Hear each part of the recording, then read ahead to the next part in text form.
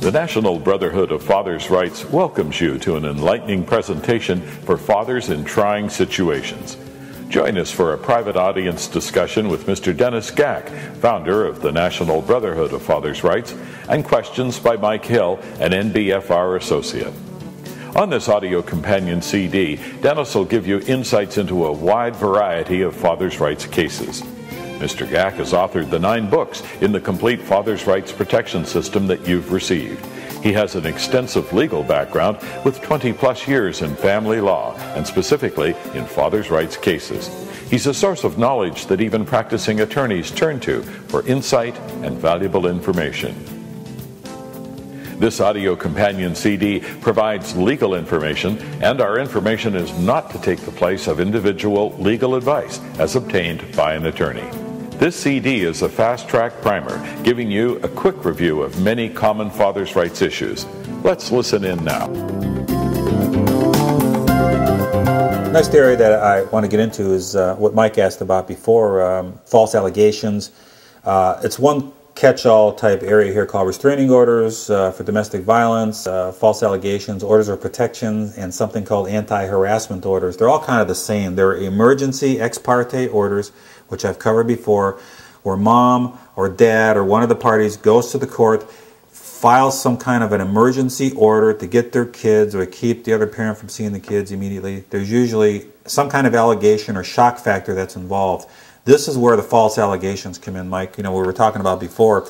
It's easy for mom, and I don't mean to pick on mom. Some dads have done this too, where dads go and they have custody of their kids and they're trying to keep mom from seeing the kids. So I don't mean to pick on women here, but most often the women file the false allegations against the dad and make up some kind of a charge against him or allegation to keep him from seeing the kids. They march into court and get an immediate order that keeps them from seeing the kids, even this weekend. Usually there's false or grossly distorted claims that are often made.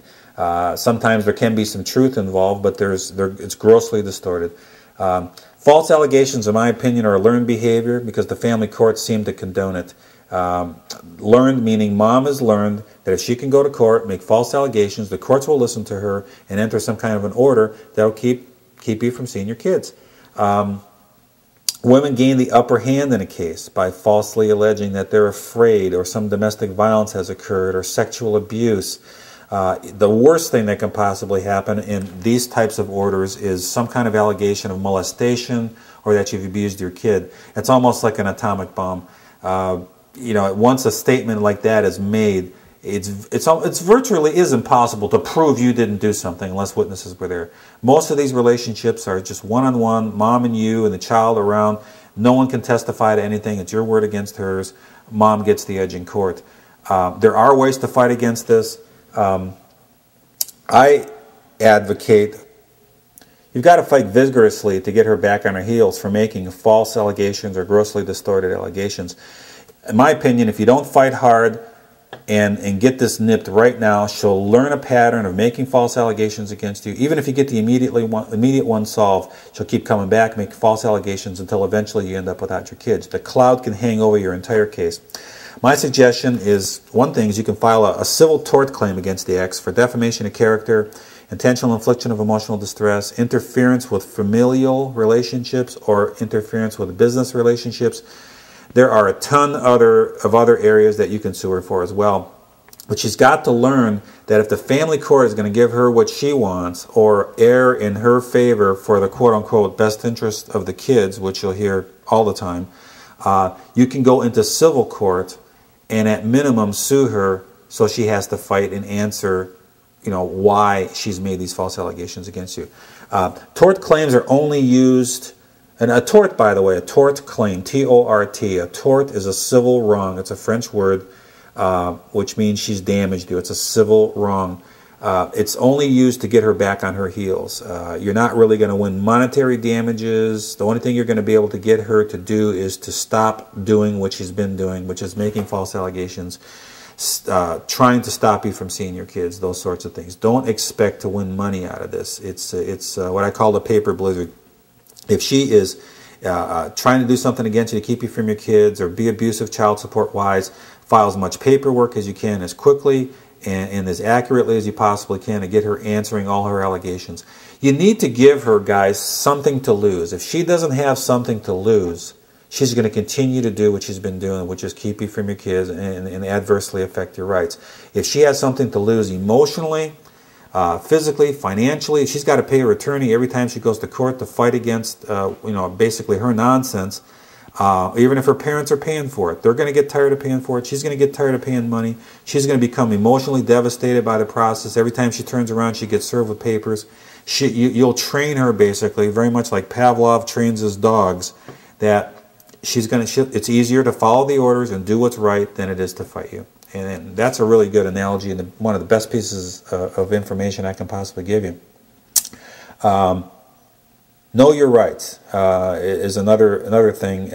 All of these hearings for false allegations or domestic violence or anti-harassment orders, you must write out what you want and why you want in detail. All the responses to her allegations, even if you have to write several pages in the form of a sworn declaration, a responsive declaration, must be in writing so it becomes part of the record. Know your rights at the hearing. You're entitled to a court reporter usually at a hearing. A lot of family courts overlook the fact that there's no court reporter there. A court reporter is a person that takes dictation, as you might see on TV, or they might do an audio recording of the hearing. If you don't have a record, if you try to appeal that, remember I said before about motions for reconsideration, motion for revision, appeals. If you go into court and she makes a false allegation against you, your word against her, the court believes her, if you don't have a record of the conversation, you are screwed. You'll be able to appeal, but you won't win. So you've got to demonstrate what was said, bring in as much proof as you possibly can, and keep bumping it up the line until you do win. So a court reporter is very important. Another thing that you need to realize in false allegations is mom needs to prove what she says. If she comes into court and she offers a false allegation and you offer a verbal defense to that with no proof of any kind, and she offers no proof, the court usually will take her word. You must go into court and demand that she produces witnesses and sworn affidavits or some sort of proof that what she says is true.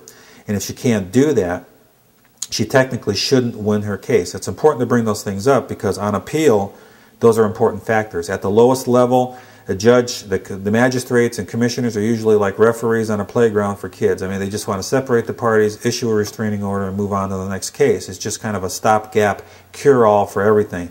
But when you get up, they actually start looking into the laws and the rules and proofs, and that's where it's going to become important. So it's very important to get that. Dennis, can I interrupt? Sure. I have one question concerning a restraining order. What happens if the mother contacts you and you have a restraining order against seeing her? That's a great question. I'm glad you brought that up because that's called undermining an order. Very often, first of all, a woman doesn't really realize how devastating a no-contact order or restraining order can be.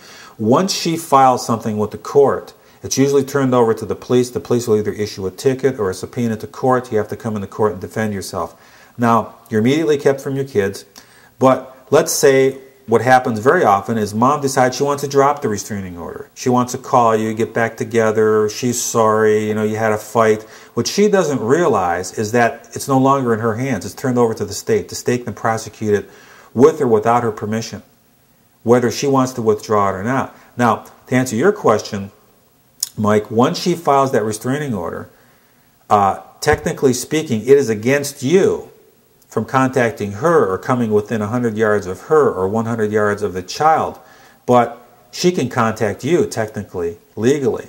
The problem is if she calls you and you pick up the phone, you're in violation, she's not. So once there's a restraining order in place, do not make any communication with her whatsoever. And if your kid is involved in the restraining order, don't call the child, don't stop by, don't try to enforce your visitation rights, don't do any of that. Because once there's a restraining order in place, if she gets you on a violation, usually you're going to jail right now.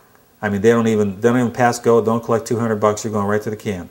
So don't do it. It needs to be handled through judicial process. So when she calls you, that's called undermining an order. So what one of your defenses, if she tries to call you, is when you go to court, you argue, Your Honor, she filed a restraining order. She says she's afraid of me. She says I've done all this. Yet she's calling me on the phone. She's dropping me by. I mean, heck, I remember cases, Mike, where I've had guys call up and they file a restraining order one day. Mom can't get her car started. The next day, she's calling me to start her car. You know, I mean, it happens all the time. And yet the guy falls for it. He's out there fixing her car, changing her oil. There's a restraining order in place. He doesn't realize the position he's in. So you cannot make communication with her at all. And when you go to court, you bring up and emphasize the point that she's undermining her own order.